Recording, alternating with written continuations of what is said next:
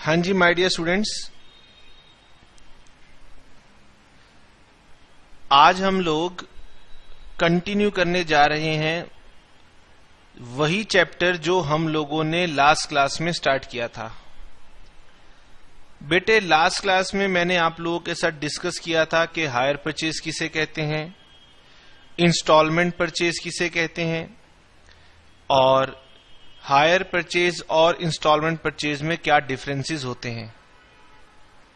ठीक है, सिर्फ थोड़ा सा ही पार्ट मैंने आपके साथ डिस्कस किया था, एक इंट्रोडक्टरी पार्ट ही सिर्फ आप लोगों के साथ डिस्कस किया था और अब मैं वहां से आगे बढ़ने जा रहा हूं और अब हम धीरे धीरे हायर परचेज के अंदर जाते जाएंगे।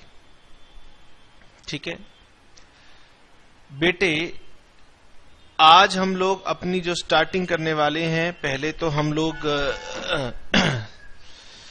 कुछ और नई टर्म्स जान लेते हैं, उसके बाद हम आगे बढ़ेंगे। तो सभी स्टूडेंट्स मेरे साथ साथ तैयार हो जाएंगे।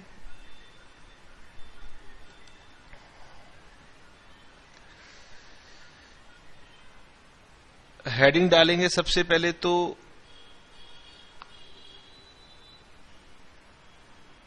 Hire purchase. ठीक है, अब बेटे हायर परचेज में क्या होता है, तो मैं एक छोटा सा क्वेश्चन आप लोगों को दिखाता हूं और उसी की हेल्प से मैं आपको बाकी की सारी चीजें समझाता भी रहूंगा। अगर आप उस क्वेश्चन को नोट करना चाहते हैं तो छोटा सा क्वेश्चन है, वीडियो को पॉज करके आप उसे नोट भी कर सकते हैं। ठीक है, आप मुझे 2 मिनट का समय दीजिए, मैं क्वेश्चन आपकी स्क्रीन के ऊपर लेकर आ रहा हूं।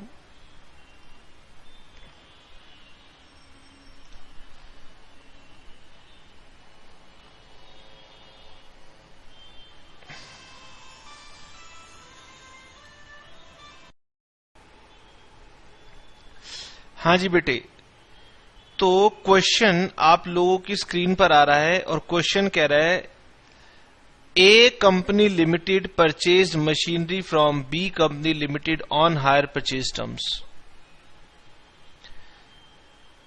The cash price of the machinery was 1,19,145. ₹32,000 was to be paid on 1st January 1990 and balance in 3 installments of 32,000 each on 31st December every year, subject to interest at the rate of 5% per annum. Depreciation is to be provided at the rate of 15% per annum on diminishing balance method. Show machinery account and B account in the books of A company. ठीक है, एक छोटा सा question है, अगर आप इसे note करना चाहते हैं तो 4 से 5 लाइन का क्वेश्चन है। वीडियो पॉज कीजिए, क्वेश्चन को नोट कर लीजिए। ये 5 से 7 मिनट लेगा, आप इसको नोट कर लीजिए अगर नोट करना चाहें तो। वैसे कोई इश्यू नहीं है, मैंने कहा मैं फैक्ट्स दिखा करके बातें आपको समझाऊंगा तो आपको ज्यादा बेहतर समझ में आएंगी। ठीक है जी, आइए बेटे, अब मेरे साथ साथ हम आगे बढ़ते हैं और मैं आपको कुछ टर्मिनोलॉजी सिखाने की कोशिश करता हूं। हायर परचेज में सबसे पहली बात मैं आपके साथ डिस्कस करने जा रहा हूं कि हायर परचेज में हम कौन कौन सी टर्म्स को यूज करते हैं। ठीक है, क्वेश्चन नंबर 1 के साथ मैं रिलेट करूंगा। क्वेश्चन नंबर 1 में एक टर्म आई थी जिसका नाम था कैश प्राइस, ₹1,19,145। ठीक है, और 32,000 was to be paid on 1/1/1990। एक टर्म आएगी डाउन पेमेंट, कितनी है 32,000। 3 एनुअल इंस्टॉलमेंट्स भी हैं, ₹32,000।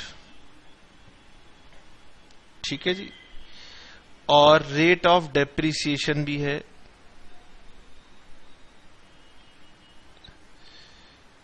रेट ऑफ इंटरेस्ट भी है,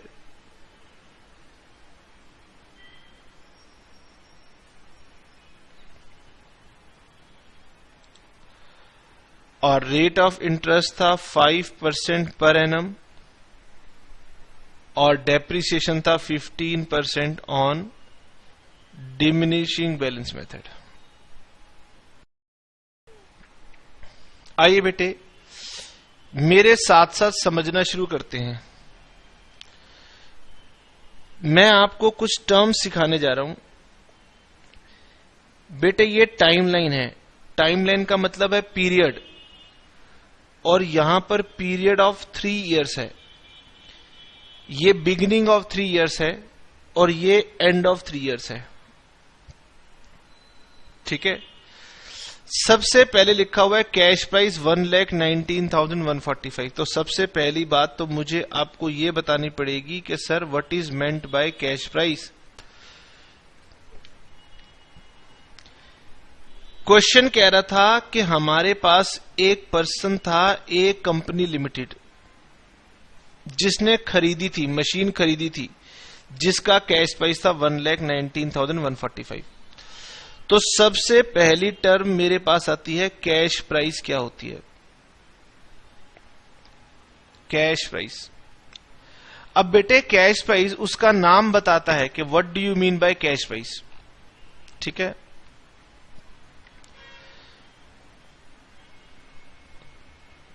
price of the goods if whole of the payment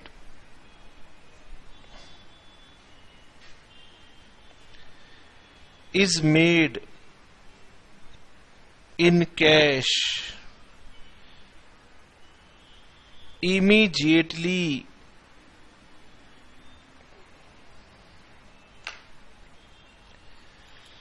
पहली बात आप समझना बेटे, मैं एक मशीनरी परचेज करने गया।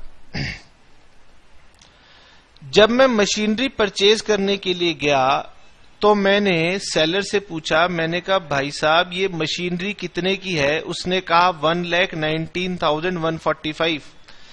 इसका मतलब वो क्या एक्सपेक्ट कर रहा था मुझसे कि मैं सारे पैसे उसे अभी दे दूंगा, या अभी मैंने उसको बता दिया था कि पैसे मैं इंस्टॉलमेंट्स में देने वाला हूं। आंसर इज कि मैंने तो उसे अभी कुछ बताया नहीं, तो वो ये सोच रहा है कि मैं सारे पैसे उसे अभी देना चाहता हूं। दैट मीन्स ये ओरिजिनल प्राइस है। ओरिजिनल प्राइस का मतलब कॉस्ट प्राइस नहीं, सेलिंग प्राइस है। सेलर कह रहा है कि मैं 1,19,145 रुपीज लूंगा और आपको मशीनरी दे दूंगा। इसका मतलब ये सारी पेमेंट इमीडिएटली मुझे कैश में दे दो। ठीक है, अगर सारी पेमेंट इमीडिएटली दोगे तो मैं 1,19,145 में आपको एसेट दे दूंगा। इसको बोलते हैं कैश प्राइस। लेकिन मैंने उसके सामने में अपनी इच्छा रख दी। मैंने कहा सर क्या मैं इसके पैसे आपको इंस्टॉलमेंट्स में दे सकता हूं, टुकड़ों में दे सकता हूं? थोड़ी देर उसने सोच करके आंसर दिया कि हां आप मुझे इंस्टॉलमेंट्स में पेमेंट दे सकते हैं। मैंने कहा कैसे? उसने कहा अभी 32,000 दे दो। अभी कितना दे दो? 32,000। यानी कि 32,000 की पेमेंट मुझे अभी दे दो स्टार्टिंग में। हाँ जी बेटे, तो सेलर कह रहा है कि 32,000 रुपीज आप मुझे अभी दे दीजिए और जो रिमेनिंग अमाउंट रह जाएगा उसे फर्स्ट ईयर के एंड पर 32,000 पे कर देना, सेकंड ईयर के एंड पर 32,000 पे कर देना और थर्ड ईयर के एंड पर 32,000 पे कर देना। अभी 32,000 दे दो आज, इसे बोलते हैं डाउन पेमेंट। ठीक है जी, इसको बोलते हैं down payment. Now down payment short form में लिखा है पीएमटी, डाउन पेमेंट। लो बेटे पूरा लिख देता हूं, आपका पता नहीं आप क्या कॉपी कर लो। डाउन पेमेंट, तो बेटे डाउन पेमेंट का मतलब होता है amount paid at the beginning of the agreement. अगर स्टार्टिंग में जो भी अमाउंट आप देंगे इसे हम नाम दे देते हैं डाउन पेमेंट। अब 1,19,000 का एसेट है, सारा पैसा थोड़ी ना स्टार्टिंग में देंगे, ये टोकन मनी की तरह होता है। 20%, 25% पार्ट ऑफ पेमेंट होती है, इसको बोलते हैं डाउन पेमेंट। जब आप डाउन पेमेंट देंगे तभी आपको एसेट की डिलीवरी मिलती है। तो यानी एसेट की परचेज की डेट और डाउन पेमेंट इसकी डेट सेम होती है। तो हमने दो बातें बताई, जो सेलर का ओरिजिनल सेलिंग प्राइस होगा जिसे वो कैश में प्रोडक्ट पर बेचता है उसे बोलते हैं कैश प्राइस, और जो वो टोकन मनी स्टार्टिंग में ही ले लेता है उसे बोलते हैं डाउन पेमेंट। उसके बाद वो लेता है आपसे इंस्टॉलमेंट, और क्वेश्चन अक्सर ये कहता है कि इंस्टॉलमेंट ईयर के एंड पर लेना, तो ये इंस्टॉलमेंट 1 है, ये इंस्टॉलमेंट 2 है, ये इंस्टॉलमेंट 3 है। तो एक होती है कैश प्राइस, एक होता है डाउन पेमेंट, और एक होती है इंस्टॉलमेंट। ठीक है जी। नाउ ये बताइए कि ये जो इंस्टॉलमेंट है, 3 इंस्टॉलमेंट है, और ये जो डाउन पेमेंट है, ये टोटल मैंने पेमेंट की, इसको ऐड करके देखते हैं क्या आ रहा है। सर इसको ऐड करने पे आ गया 1,28,000, बिल्कुल ठीक 128। अब मुझे बताइए देना था 1,19,125, लेकिन अल्टीमेटली देना कितना पड़ गया 128। तो ये जो टोटल पेमेंट आपने दी इस सम को बोलते हैं हायर परचेज प्राइस। ठीक है जी, एक होती है इंस्टॉलमेंट और एक होता है हायर परचेज प्राइस।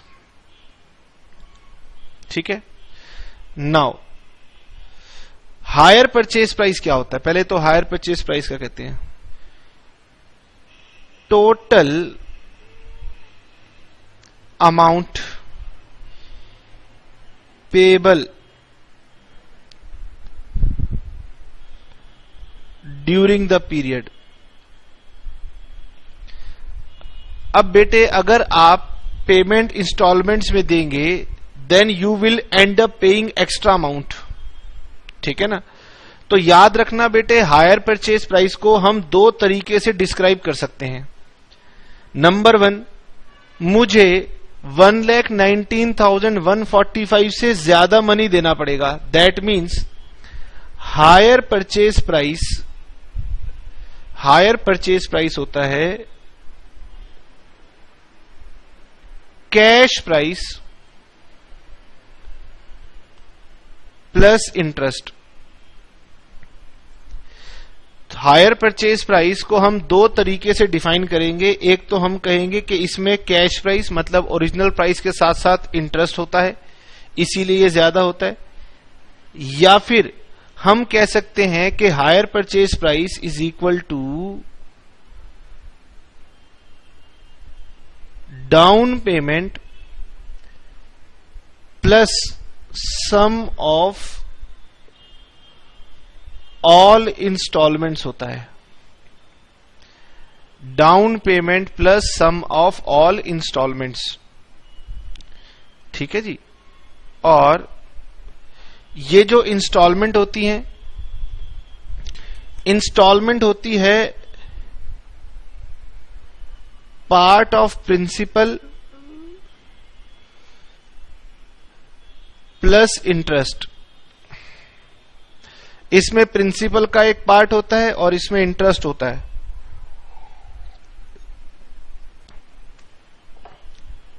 ठीक है। कैश प्राइस, डाउन पेमेंट, इन्हें मैंने नाम दिया इंस्टॉलमेंट्स, इसे मैंने नाम दिया हायर परचेज प्राइस।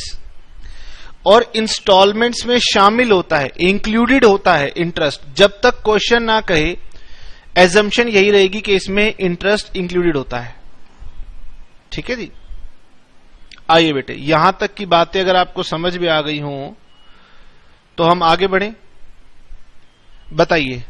हाँ जी सर, आगे बढ़िए बेटे। अब मैं आपके साथ में ये डिस्कस करना चाहता हूं कि हमारे पास स्टेप्स क्या होते हैं, कौन कौन से स्टेप्स हमारे पास इन्वॉल्व होते हैं। नंबर 1, एक तो हम एसेट को परचेज करते हैं। मैं सभी कुछ इलस्ट्रेशन नंबर 1 या क्वेश्चन नंबर 1 के रिस्पेक्ट में ही आपको सिखाने वाला हूं। एक तो हम एसेट परचेज करते हैं, नंबर 1। नंबर 2, एक हमें देनी होती है डाउन पेमेंट। शॉर्ट फॉर्म में लिख रहा हूं पीएमटी, कहीं आप समझो पता नहीं क्या लिख दिया। टीचर्स को शॉर्ट फॉर्म अलाउड होती हैं। नंबर 3, एक होता है इंटरेस्ट, एक होती है इंस्टॉलमेंट। ठीक है, ये जनरली अक्सर क्वेश्चंस में ईयरली होगी, कभी कभी हाफ ईयरली भी हो सकती है, लेकिन ये मोस्टली ईयरली ही होगी। और एक होता है डेप्रिसिएशन। ठीक है। अब बेटे सबसे पहले मैं लिखता हूं ईयर 1। ईयर 1। अब मुझे बताना, ये बिगिनिंग ऑफ द पीरियड है। ठीक है जी। ये दोनों काम beginning of the first year में होते हैं और ये तीनों काम एंड ऑफ द ईयर में होते हैं। ये वाला भी, ये वाला भी और ये वाला भी। ठीक है।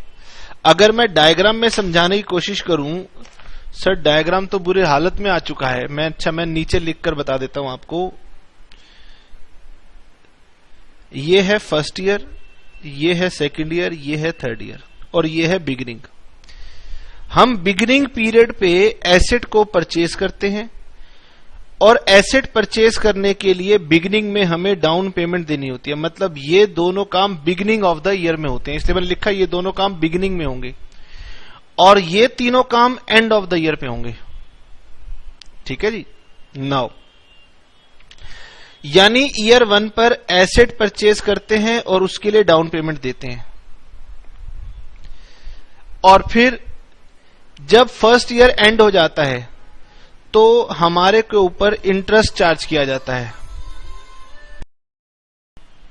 तो बेटे हम इंटरेस्ट लगाएंगे ईयर के एंड पर, क्योंकि मोस्टली क्वेश्चंस ईयरली होते हैं। और फिर हम इंस्टॉलमेंट की पेमेंट करेंगे।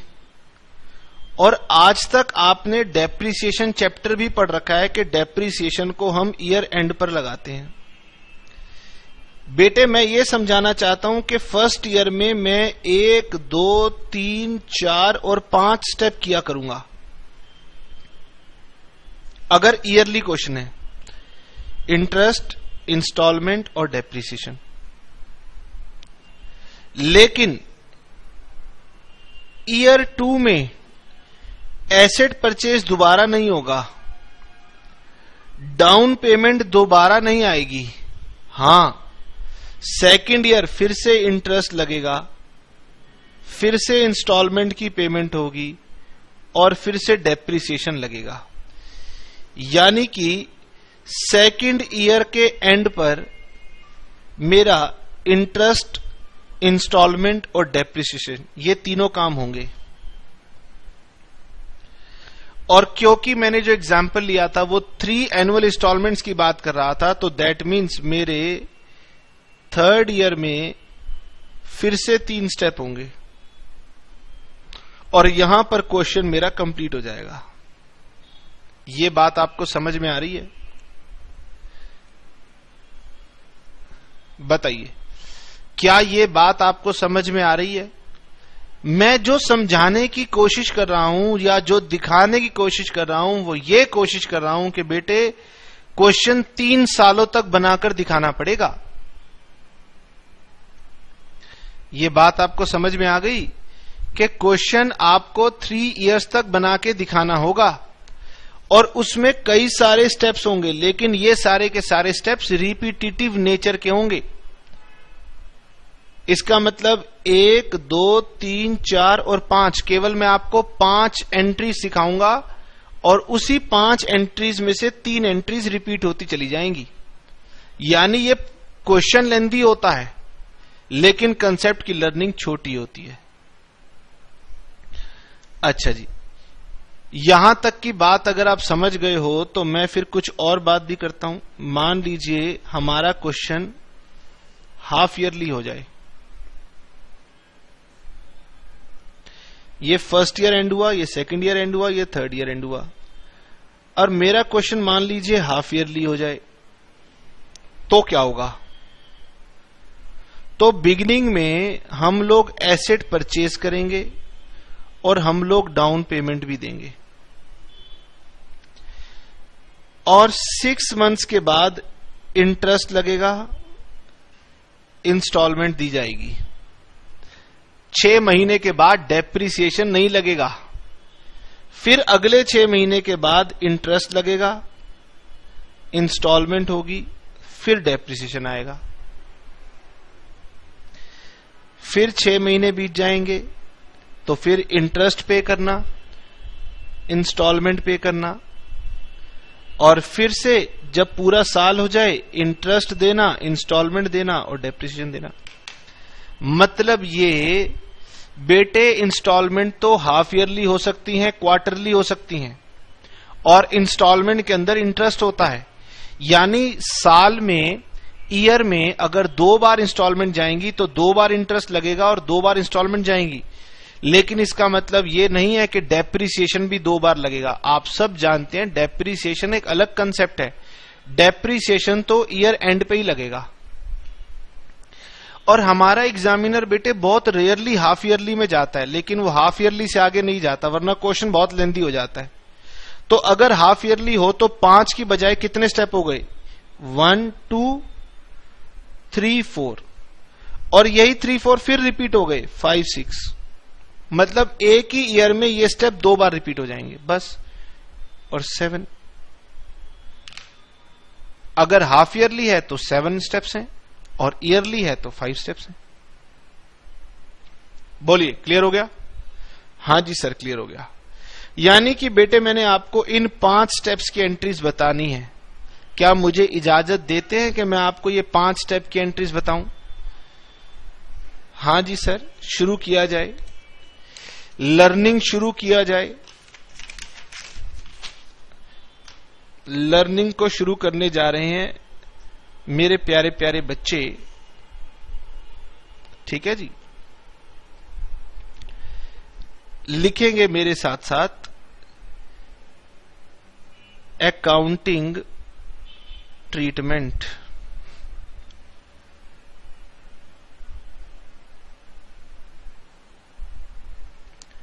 अब बेटे अकाउंटिंग ट्रीटमेंट, यहां पर 2 पार्टीज हैं तो 2 पार्टीज के लिए अकाउंटिंग ट्रीटमेंट सीखना होगा। One is called hire purchase buyer, जिसे हम बुलाएंगे HP buyer. Second is hire vendor. Vendor का मतलब होता है सेलर। हायर वेंडर, या हम इसे प्यार से वेंडर ही कह दिया करेंगे। अब बेटे फर्क सिर्फ इतना है कि वेंडर जो है वो डेप्रिसिएशन नहीं लगाता, डेप्रिसिएशन बायर लगाता है। यानी बायर की बुक्स की बात करूंगा तो मैं आपको 5 एंट्रीज सिखाने वाला हूं, और जब वेंडर के पास जाऊंगा तो मैं सिर्फ आपको 4 ही एंट्री सिखाऊंगा, क्योंकि वेंडर के पास डेप्रिसिएशन नहीं होता है। क्लियर हो गया? चलिए जी, तो हम अपनी लर्निंग पहले किससे स्टार्ट करेंगे? With the books of buyer. Now number 1, treatment in the books of HP Buyer. Treatment in the books of HP Buyer. अब बेटे मैं आपको ये बता दूं कि ये जो 5 एंट्रीज मैं आपको सिखाने वाला हूं ये कोई कठिन नहीं है, बहुत सिंपल है। Number 1, when the asset was purchased. मुझे बताइए कि जब आपने एसेट खरीदा था उस समय क्या एंट्री बायर की तरफ से सोच करके बताइए कि बायर ने उस समय क्या एंट्री पास की होगी। भूल जाइए बेटे कि ये मैं आपको हायर परचेज चैप्टर पढ़ा रहा हूं, आप भूल जाइए। मैं कहता हूं आपने 11th क्लास में पढ़ा था परचेज्ड फर्नीचर फ्रॉम राम। मैं बायर हूं, मैंने फर्नीचर परचेज किया फ्रॉम राम। एंट्री क्या होती थी? एंट्री होती थी furniture account debit to Ram. अब मेरे कुछ प्यारे प्यारे बच्चे तो आंसर ही नहीं देंगे, वो कहेंगे छोड़ो रिकॉर्डेड क्लास में क्या आंसर देना। और कुछ तो ऐसे ज्ञानी होंगे कि वो कहेंगे परचेज टू राम। अब ये गलती मत करना, परचेज अकाउंट तो तब आता है जब गुड्स हो। जब मैं कह रहा हूं परचेज फर्नीचर फ्रॉम राम तो एंट्री होगी फर्नीचर टू राम। मैं कहता हूं परचेज्ड कार फ्रॉम राम तो एंट्री होगी car account debit to Ram. ठीक है ना? तो यहां पर मैंने कहा when the asset was purchase, तो आप एंट्री डालेंगे एसेट अकाउंट डेबिट और राम की जगह आएगा टू वेंडर।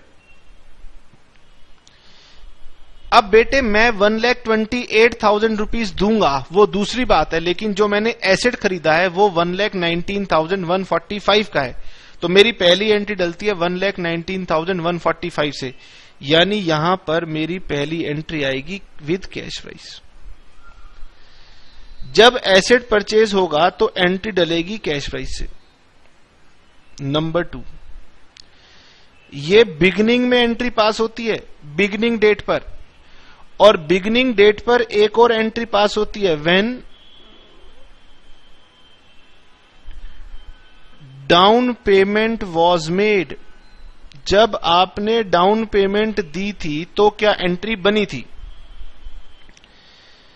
अब बेटे डाउन पेमेंट की एंट्री होती है vendor account debit to cash.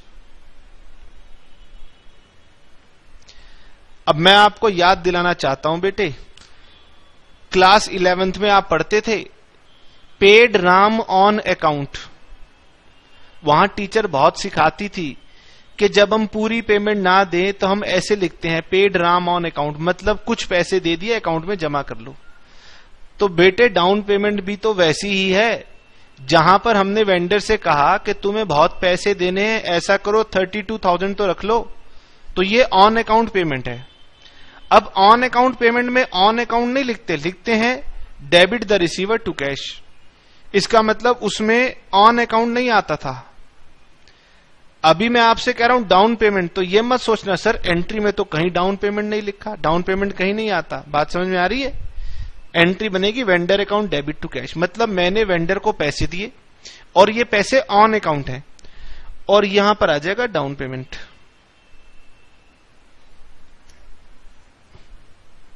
लीजिए बेटे मेरी सेकंड एंट्री पास हो गई। उसके बाद मेरे ईयर का एंड स्टार्ट हो जाएगा। एंड में पहले तो मैंने इंटरेस्ट चार्ज करना है। व्हेन इंटरेस्ट वॉज चार्ज्ड,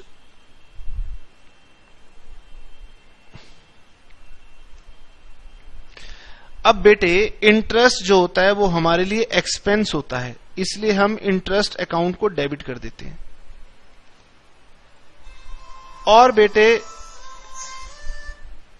और बेटे मैं इंटरेस्ट की पेमेंट इमीडिएटली नहीं देता हूं, पहले मैं इसे हायर वेंडर के अकाउंट में क्रेडिट करूंगा, बाय हायर वेंडर, यहां आएगा इंटरेस्ट, और ये आएगा अमाउंट आउटस्टैंडिंग इनटू रेट, ऐसे आएगा।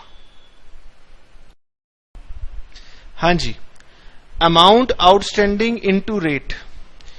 बेटे हर एक क्वेश्चन में जो भी हम करेंगे उसमें इंटरेस्ट की कैलकुलेशन बहुत इंपॉर्टेंट होती है।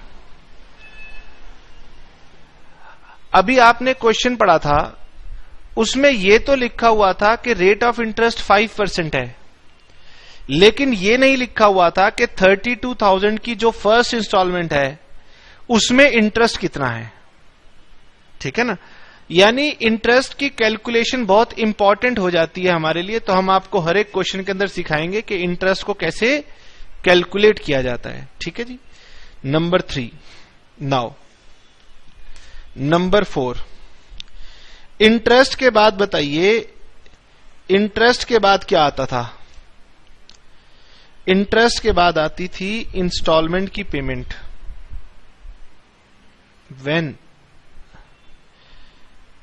when installment was paid।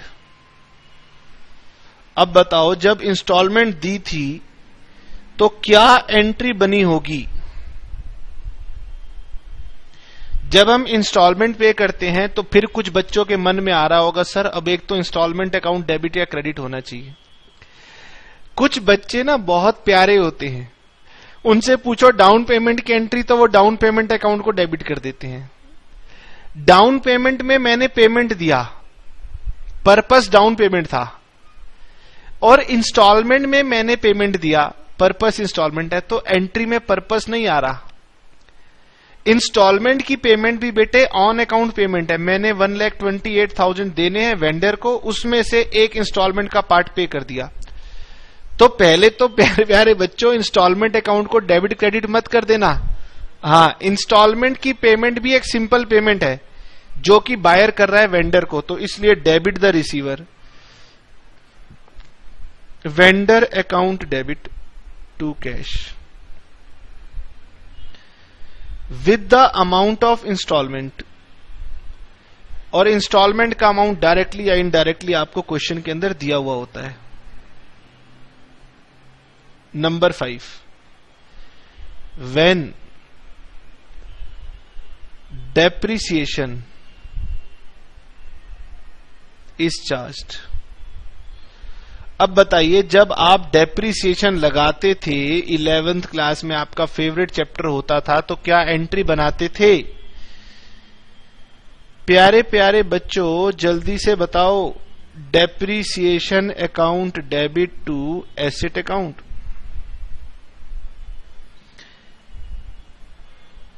बेटे ये जो 5 एंट्रीज मैंने आपके सामने लिखी हैं, ये कोई कठिन नहीं है, बहुत सिंपल एंट्रीज हैं। ठीक है ना, मैं फटाफट आपके साथ रिपीट कर दूं, जल्दी से बताइए, रिपीट कर दूं? हां सर रिपीट कर दो, लेकिन रिपीटिशन करूंगा मैं अकाउंट बनाते हुए। और एक बात और बता दूं, बुक में 2 एंट्रीज और हैं, हम उसकी बात बाद में करेंगे, अभी नहीं करेंगे। एक तो बनता है एसेट अकाउंट, क्योंकि मेरी पहली एंट्री में ही एसेट का नाम आ गया था, और दूसरा बनता है हायर वेंडर अकाउंट।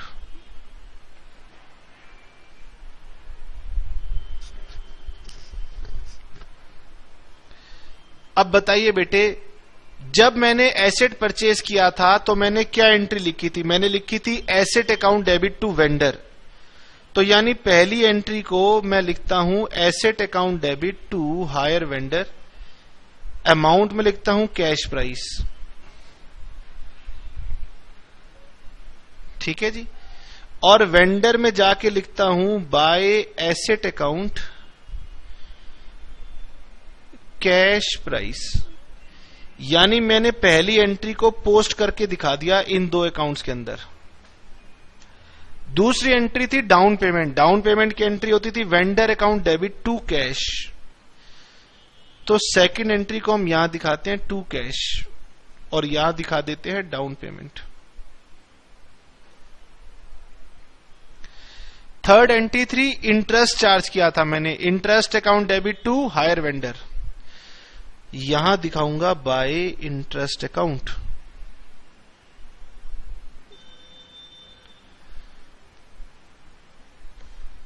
अब मेरे प्यारे प्यारे बच्चे ये पूछ रहे हैं कि सर आपने कैश अकाउंट क्यों नहीं बनाया। क्वेश्चन कहता है कैश अकाउंट मत बनाओ, हमें नहीं चाहिए। क्वेश्चन कहता है इंटरेस्ट अकाउंट भी मत बनाओ।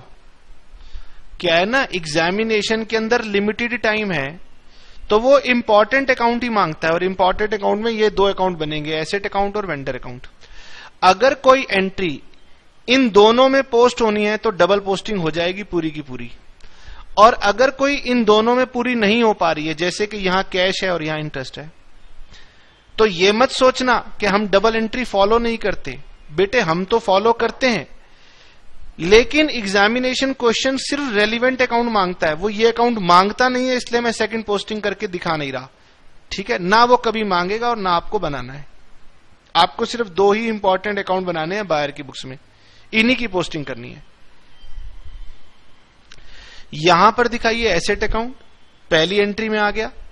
यहां पर आया डाउन पेमेंट, इसकी सेकंड पोस्टिंग नहीं हो पाई। यहां पर आया इंटरेस्ट, इसकी सेकंड पोस्टिंग नहीं हो पाई क्योंकि मैं इंटरेस्ट अकाउंट नहीं बनाता। फिर आ जाती है installment, vendor account debit to cash, यहां डाल दो इंस्टॉलमेंट। ठीक है जी। फिफ्थ आ जाता है डेप्रीसिएशन, बाय डेप्रीसिएशन, जो भी डेप्रीसिएशन क्वेश्चन कहेगा यहां डाल देना बस। अक्सर ईयरली क्वेश्चन होता है और 5 ही एंट्रीज होती हैं, हाफ ईयरली होगा तो बाद में करेंगे। ये लीजिए फर्स्ट ईयर कंप्लीट। और ये सब आप अच्छी तरह से जानते हो कि ईयर के एंड में हम अपने अकाउंट्स को क्लोज करते हैं, बैलेंस करते हैं और क्लोज करते हैं। ठीक है, अकाउंट्स होते हैं रियल, नॉमिनल और पर्सनल। ठीक हो गया बेटे। जो नॉमिनल अकाउंट होते हैं वो नॉमिनल अकाउंट तो P&L में चले जाते हैं। अब इस ट्रांजैक्शन में कुछ नॉमिनल अकाउंट थे मगर वो मैंने बनाए नहीं। नॉमिनल अकाउंट थे डेप्रीसिएशन और इंटरेस्ट। अगर आप अपनी प्रैक्टिस के लिए डबल एंट्री पूरी करने के लिए अभी बनाना चाहते हो, क्योंकि अभी आपका एग्जाम दूर है ना, आपके पास बहुत समय होगा, आप कहोगे नहीं सर मैं तो बनाऊंगा, मैं कहूंगा लो बेटे तुम्हें कौन रोक सकता है, बनाओ। अगर तुम ये दोनों नॉमिनल अकाउंट बनाओगे तो डेप्रीसिएशन अकाउंट और इंटरेस्ट अकाउंट को क्लोज करोगे बाय ट्रांसफरिंग टू P&L। और मैंने कहा था बुक्स में अलग एंट्री भी कुछ होंगी, वो एंट्री उन्हीं दोनों को क्लोज करने की है। ठीक है, तो नॉमिनल अकाउंट्स तो बेटे P&L में चले जाते हैं, लेकिन नॉमिनल छोड़ के जो बच गए रियल और पर्सनल वो बैलेंस शीट में जाते हैं। और बैलेंस शीट में जो अकाउंट जाते हैं उनको बैलेंस CD कर देते हैं और नेक्स्ट ईयर बैलेंस BD कर देते हैं।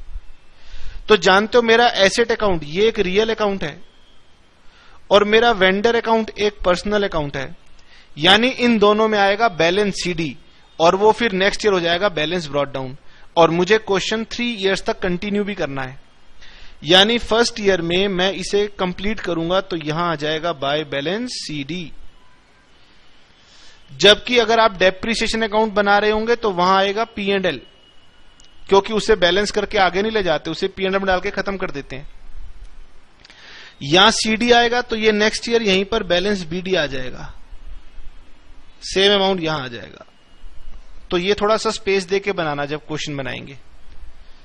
ठीक है, और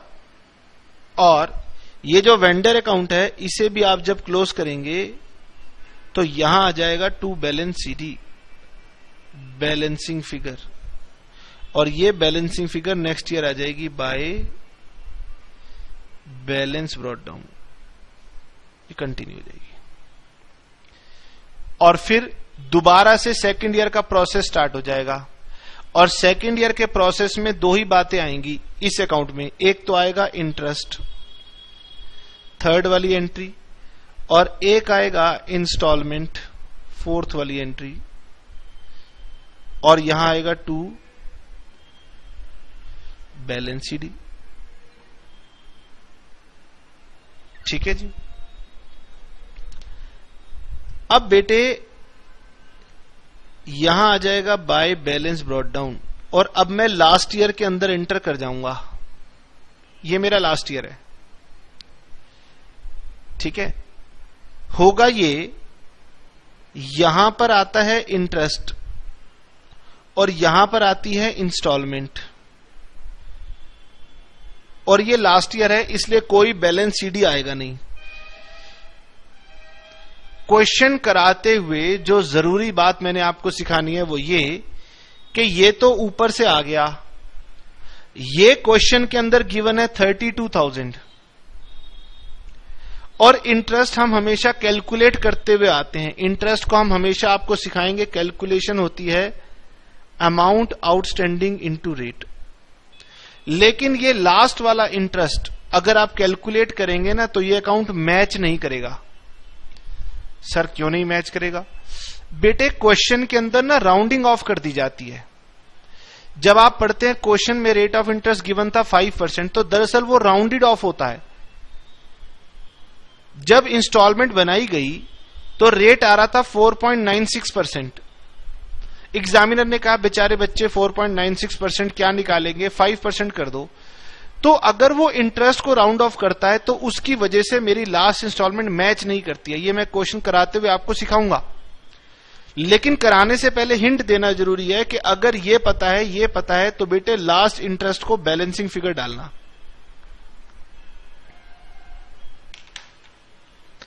बात समझ में आई? लास्ट इंटरेस्ट क्या होगा? लास्ट इंटरेस्ट होगा बैलेंसिंग फिगर। अगर आप कैलकुलेट करोगे ना तो इस अकाउंट में डिफरेंस आ जाएगा, और जब डिफरेंस आएगा तो मैं आपको प्रूफ कर दूंगा कि आप खुद ही कहोगे सर इससे बैलेंसिंग फिगर होना चाहिए, ठीक है। और ये वाला अकाउंट तो एज इट इज चलता रहेगा। यहां आएगा सेकेंड ईयर में भी डेप्रिसिएशन, और फिर यहां आएगा बैलेंस कैरिड डाउन, और फिर लास्ट ईयर में भी यहां आएगा बैलेंस ब्रॉट डाउन, फिर डेप्रिसिएशन, और लास्ट ईयर में यहां पर आएगा बैलेंस सीडी। क्योंकि एसेट तो मेरे पास 3 सालों के बाद भी जाने वाला है, तो थर्ड ईयर में एसेट अकाउंट में बैलेंस सीडी आएगा, लेकिन वेंडर में नहीं आएगा। मैंने वेंडर की लायबिलिटी पूरी चुका दी, मैंने वेंडर को पूरी पेमेंट कर दी, लेकिन एसेट थोड़ी ना खत्म हो गया 3 इयर्स में। 3 इयर्स में लायबिलिटी कंप्लीट हो गई और एसेट मेरा हो गया, तो एसेट 4th ईयर में भी जाएगा। लेकिन हमें एग्जामिनर कहता है कि क्वेश्चन केवल 3 इयर्स तक बना के दिखाना, और इसीलिए हम 3 इयर्स के बाद क्वेश्चन को यहां पर रोक लेते हैं, 4th ईयर में एसेट अकाउंट बनाकर नहीं दिखाते। बात समझ आ गई? अब सभी बच्चे मेरे साथ साथ आगे बढ़ेंगे, और जिस इलस्ट्रेशन को हम शुरू से लेकर चल रहे हैं अब उसे करने का समय आ गया है, और इसी में मैं आपको इंटरेस्ट की कंप्यूटेशन भी सिखाने वाला हूं। बच्चे कह रहे हैं सर रुक तो जाओ। मैंने कहा अरे रुकना है तो वीडियो को रोक दो, जाओ टहलाओ, पिक्चर देख के आओ, फिर चला लेना। मैं कैसे रुक सकता हूं? मेरा तो काम है चलते रहना। रुकना तेरा काम नहीं, चलना तेरी शान। अब मैं आपको फटाफट याद दिला देता हूं कि हम जो क्वेश्चन नंबर 1 करने जा रहे हैं उसमें बायर है ए लिमिटेड, वेंडर है बी लिमिटेड, और भगवान की इतनी मेहरबानी है कि कैश प्राइस भी गिवन है 1,19,145। डाउन पेमेंट हमें गिवन थी 32,000। 3 ईयरली इंस्टॉलमेंट्स भी गिवन थी of ₹32,000।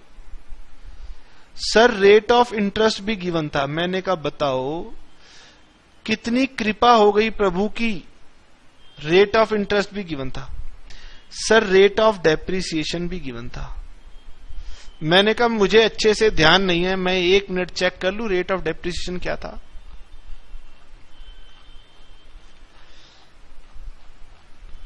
%15 diminishing balance, 15% diminishing balance method. जिसे आप रिटर्न डाउन वैल्यू मेथड कहते हो, उसी का ऑल्टरनेटिव नेम होता है। और हमसे मांगी गई थी बुक्स ऑफ ए लिमिटेड। कई बच्चे तो इतने होनहार हैं, वो कह रहे सर हम तो 100% मार्क्स लाए हैं अकाउंट्स में, हमने करना शुरू कर दिया है। और कुछ तो बच्चे ऐसे हैं, वो पूछ रहे हैं सर ये कौन सी बुक का क्वेश्चन है, कौन सा नंबर क्वेश्चन है। अरे बेटे समय मत गवाओ, शुरू हो जाओ। सॉल्यूशन और सॉल्यूशन के ऊपर नोट डालो। For calculation of interest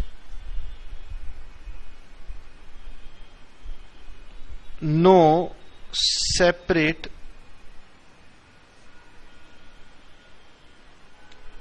working note is required. ये लाइन सर आपने क्यों लिख दी?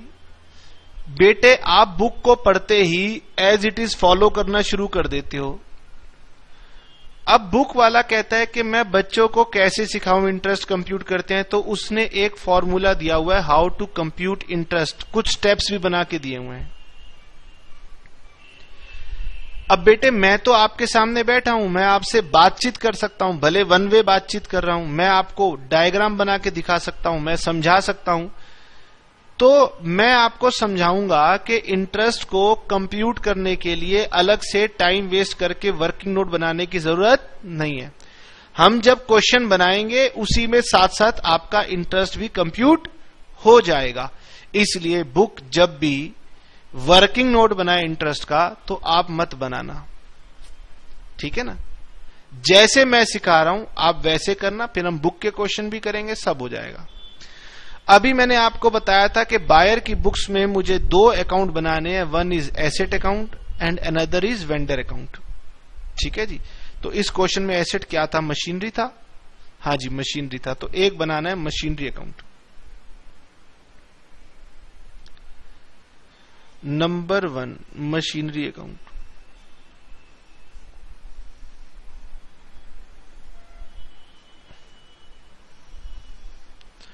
Number 2 vendor account. 2 अकाउंट मैंने बनाए हैं, एक मशीनरी अकाउंट और एक वेंडर अकाउंट। यहां लिख दिया मैंने बी लिमिटेड, ठीक है। और कुछ बच्चों को लाइनें लगाने की अभी आदत है और अच्छी बात भी है, तो मैं भी कुछ अच्छे काम करना शुरू कर देता हूं। ये लीजिए,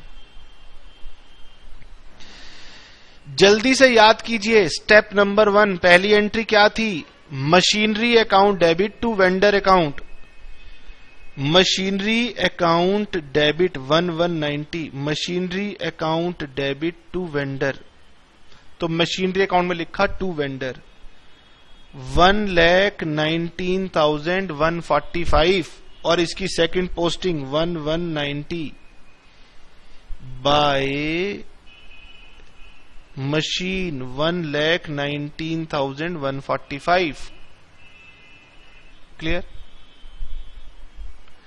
now second, down payment beginning में ही दी जाती है। एंट्री होती है vendor account debit to cash, तो ये मेरा वेंडर अकाउंट है। वेंडर अकाउंट में लिखूंगा 1,1990 to cash 32,000। Step number 3 interest. Interest मेरा एक्सपेंस होता है, तो एंट्री होगी interest account debit to vendor. Interest account debit to vendor. Interest account बना नहीं रहा, सिर्फ वेंडर में डालूंगा। ईयर एंड पर लिखूंगा बाय इंटरेस्ट। अब आ जाइए, यहां रुकने का समय आ गया। सर रुकने की क्या बात हो गई? बेटे यही तो सिखाना है इंटरेस्ट कैसे निकाला जाए। और मैं जितना भी काम करूंगा आप किताब पढ़ने के बाद सब बिखेर दोगे, क्योंकि किताब पढ़ते ही आपका दिमाग सर वर्किंग नोट बनाना चाहिए। बेटे मैंने आपको लिखवाया था कि इंटरेस्ट लगता है अमाउंट आउटस्टैंडिंग पर, ठीक है जी। अब आइए बेटे मेरे साथ साथ अमाउंट आउटस्टैंडिंग समझे होता क्या है। ठीक। ओहो सर लाइट पड़ रही है, अच्छा जी अब ठीक आ रहा है, हाँ जी अब ठीक आ रहा है। बेटे मैंने वेंडर से एक मशीन खरीदी 1,19,145 की खरीदी, और उसने मुझे तुरंत छूटते ही कह दिया कि 32,000 तो देने होंगे। मैंने कहा अच्छा,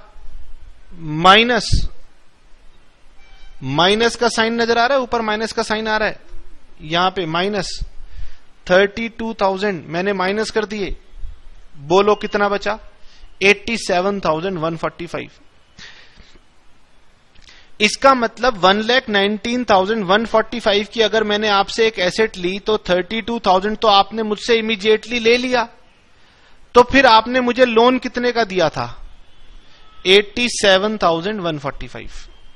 लोन का अमाउंट कितना हो गया? 87,145। इस पर 5% का इंटरेस्ट बनता है, ले लो। तो ये बन गया, इंटरेस्ट आएगा 87,145 इंटू 5%। अब बेटे मैंने क्या किया, मैंने कैश प्राइस में से डाउन पेमेंट को माइनस कर दिया। Cash price minus down payment, ये होता है मेरे पहले ईयर का अमाउंट आउटस्टैंडिंग। याद कर लो, क्योंकि यहीं आप याद नहीं करोगे तो आप वर्किंग नोट ढूंढोगे, और वर्किंग नोट आपके 15 मिनट खराब कर देगा और आपको रटने का दबाव वो डालेगा। मैं अभी आराम से बात समझा रहा हूं कि एक पहला अमाउंट आउटस्टैंडिंग होता है cash price minus down payment, वो आ रहा है 87,145 into rate of interest, question में गिवन था 5%, आइए जी इंटू 5%, 4357 4357।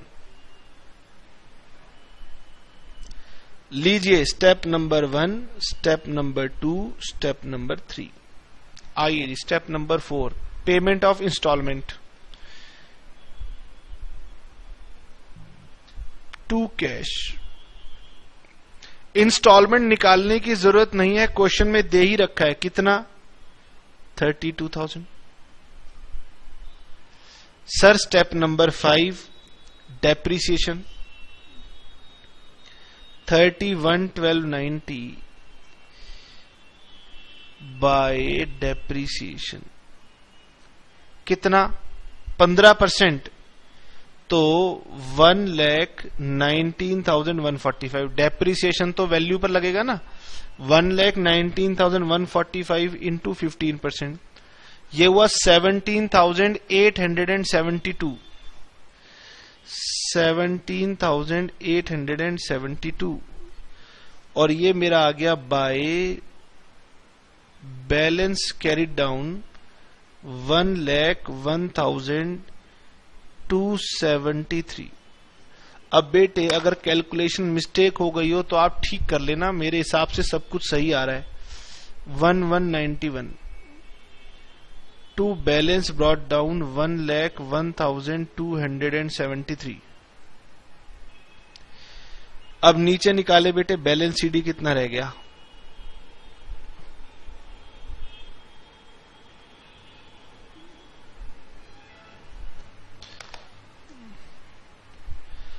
$1,19,145 प्लस 4357 123,502 123,502, और इसमें से माइनस 32,000 की डाउन पेमेंट है और 32,000 की इंस्टॉलमेंट है, तो आता है 59,502,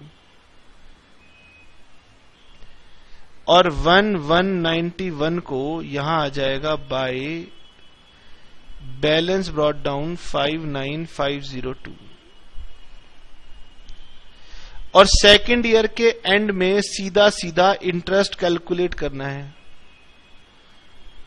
बाय इंटरेस्ट। अब बेटे मेरा ईयर स्टार्ट हुआ और मैं लिख रहा हूं कि मुझे कितना पैसा देना था वेंडर को, 59,502, तो यही अमाउंट आउटस्टैंडिंग है। सेकेंड ईयर में कुछ करने की जरूरत नहीं है, इसी पर 5% का इंटरेस्ट लगा दो। लेकिन हमारे प्यारे प्यारे बच्चे इतने नादान हैं कि वो इसके लिए भी वर्किंग नोट ढूंढते हैं। करना ही क्या था, पहले वाले में 1,19,145 के कैश प्राइस में से डाउन पेमेंट माइनस करके इंटरेस्ट लगा देना था,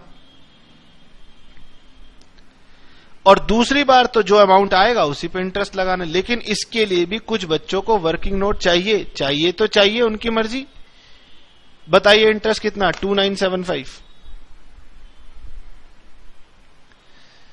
अच्छा जी, यहां लिखे टू कैश इंस्टॉलमेंट 32,000, यहां लिखे टू बैलेंस सीडी, और यहां पर डेट आएगी 31/12/91। आइए जी, इसे तो हम वैसे ही टोटल कर लेंगे, कैलकुलेटर की भी आवश्यकता नहीं है। 5 and 2 7, 7, 9 and 5 14, 1 कैरी, 62477, और 62477 में से ये माइनस करेंगे तो 30477, और ये 1192 को आ जाएगा बाय बैलेंस ब्रॉट डाउन। बस खत्म होने वाला है क्वेश्चन। ठीक है, ऊपर आइए सर। 31/12/91 में अभी डेप्रिसिएशन नहीं लगा। मैंने कहा लगाओ इसका 15%, क्योंकि रिड्यूसिंग बैलेंस मेथड कहता है इस पर 15% का डेप्रिसिएशन लगा दीजिए। तो ये आ रहा है 15,191, 15,191, और ये फिगर आ रही है मेरे पास 86082। ये बन जाएगा बाय बैलेंस सीडी, और थर्ड ईयर में आएंगे 1/1/1992 में टू बैलेंस ब्रॉट डाउन 86082। और बेटे अब आओ लास्ट ईयर के अंदर, पहले आएंगे वेंडर अकाउंट में। सर वेंडर अकाउंट में यहां आएगा बाय इंटरेस्ट, और यहां आएगा टू कैश। अब बेटे लास्ट ईयर में वेंडर अकाउंट में कोई बैलेंस सीडी नहीं होता, इसलिए यहां लिखो 32,000। और मैंने अभी अभी आपको समझाया कि लास्ट ईयर में क्या करना है। बताइए बेटे, लास्ट ईयर में क्या करना था। लास्ट ईयर में 32,000 की पेमेंट में से माइनस कर दो 30477, और इंटरेस्ट आएगा बैलेंसिंग फिगर 1523। लास्ट इंटरेस्ट मेरा क्या होगा, बैलेंसिंग फिगर। लास्ट इंटरेस्ट मेरा क्या होगा, बैलेंसिंग फिगर। सर अच्छा कंप्यूट करके दिखा दीजिए एक बार। मैंने कहा चलिए कंप्यूट करके देखते हैं कितना आता। 30477 इंटू 5%, यह आ रहा था 1523.8, यानी 1524 आ रहा था। अगर मैं 1524 लिख देता तो यहां ₹1 का बैलेंस आ जाता। समझ में आ? अगर आप मैं इसे 1524 कर दूं तो यहां ₹1 का बैलेंस आएगा। मान लीजिए आप बायर हो और मैं वेंडर हूं, आप मुझे 32,000 रुपीज लास्ट पेमेंट देके कहते हैं लो जी पेमेंट हो गई पूरी, मेरी गाड़ी के कागज दे दो। मैं कह रहा हूं नहीं ₹1 और दो। वो कह रहा है क्यों? मैं कह रहा हूं खाता चेक कर लो। अब आप बोलोगे आपने ही तो कहा था 32,000 की 3 पेमेंट देना, दे दी, अब ₹1 कहां से आ गया? मैं कह रहा हूं नहीं जी खातों में आ रहा है। तो आप कहोगे अपना खाता चेक करो, आपका खाता गलत है। क्या अगर आप बायर बन जाएं और आपसे एक्स्ट्रा पेमेंट मांगी जाए तो आप दोगे? आप मना कर दोगे? आप कहोगे जो शेड्यूल तय हुआ था हमने तो वो दे दिया। तो आप देने नहीं वाले तो लायबिलिटी क्यों दिखा दोगे? ये तो आप ही के खाते हैं। अगर आपने यहां लायबिलिटी दिखा दी तो वेंडर कहेगा चला कोर्ट में चलते हैं, तूने भी अपनी किताबों में दिखा दिया। क्या आपको बात समझ में आ रही है? आ रही है तो बहुत अच्छा, नहीं आ रही है तो अपने आप करते करते आ जाएगी। अभी तो पहली बात शुरू किया है मैंने। आप में से हो सकता है किसी ने गाड़ी चलानी सीखी हो, जब हम ड्राइविंग सीखते हैं ना तो कंट्रोल में नहीं होती कार, लेकिन जैसे जैसे आगे बढ़ते जाते हैं, प्रैक्टिस करते जाते हैं, गाड़ी पे इतना कंट्रोल आ जाता है कि कान पर फोन लगा होता है, गाड़ी चल रही होती है, शीशों की फिक्र नहीं होती कौन सा शीशा कहां सेट हो रखा है, फिर भी गाड़ी आराम से चलती है। तो आगे बढ़ो, बढ़ते जाओ, प्रैक्टिस करते जाओ, ये बातें आपके मन से निकल के आएंगे। आप कहोगे सर क्या समझा रहे थे फर्स्ट क्लास में, ये तो वैसी समझ में आ गया। चलिए बेटे, ये तो वेंडर अकाउंट तो 3 सालों में कंप्लीट हो गया, लेकिन इस पर अभी डेप्रिसिएशन लगना है, और क्योंकि WDV मेथड है तो बैलेंस के ऊपर डेप्रिसिएशन लगना है। 86082 इंटू 15%, ये आता है 12912, 12912, और माइनस करके बैलेंसिंग फिगर आ जाएगी by balance carried down 73,169। Sorry 170, round of करना पड़ेगा 170। तो बेटे आज की क्लास में हमने आपको बहुत कुछ सिखाया, इसलिए रिवीजन बहुत जरूरी है। आप इसकी रिवीजन करेंगे, ठीक है, और बाकी हम नेक्स्ट क्लास में आपको करवाएंगे।